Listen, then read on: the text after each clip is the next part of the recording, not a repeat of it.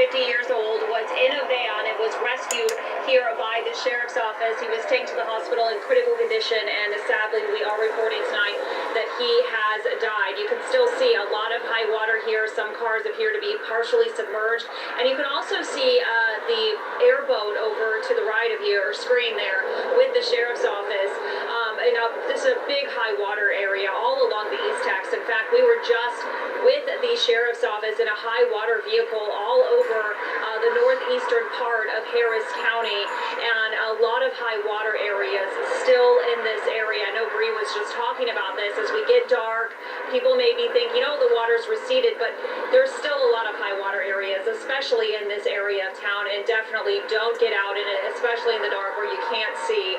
A very tragic situation as a result of all these high waters in this area. And again, a middle-aged man between 40 and 50 years old, his vehicle was submerged in this water. He was taken to the hospital where he later died, and the sheriff's office also saying they don't know if anybody else was in that van. They do know that he was in that van. It's certainly a huge tragedy as a result of this storm, but again, you just still see a lot of high water in the area. You can see these signs, how high the water is going up to, like that only turnaround sign or the one-way sign, just indicative of kind of what we're seeing out here, guys, but certainly very sad to report this tragedy to you this evening. It's terrible, Marla, and as we take a look at the vehicle that you were showing us, is that the one that we believe was involved? I know that you're calling it a van, and it's difficult for me to tell if that's the vehicle that we're talking about. So I'm not sure, actually, Alona, what vehicle it was. We were told that it was a van. That was a tweet that the sheriff's office sent out, was that it was a van. And we do see the sheriff here on scene.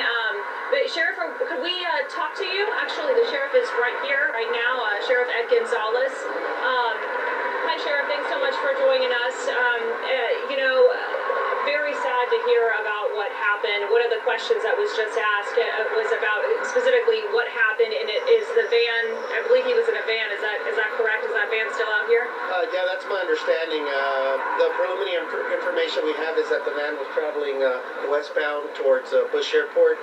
As it approached the underpass, you can see that the water line was around 7 or 8 feet maybe, and the vehicle continued to go forward. It did come to a pause, and according to witnesses, for some unknown reason, he just punched it and tried to drive through it some more, which didn't make sense. They did try to go in water to see if they could pull him out, to no avail.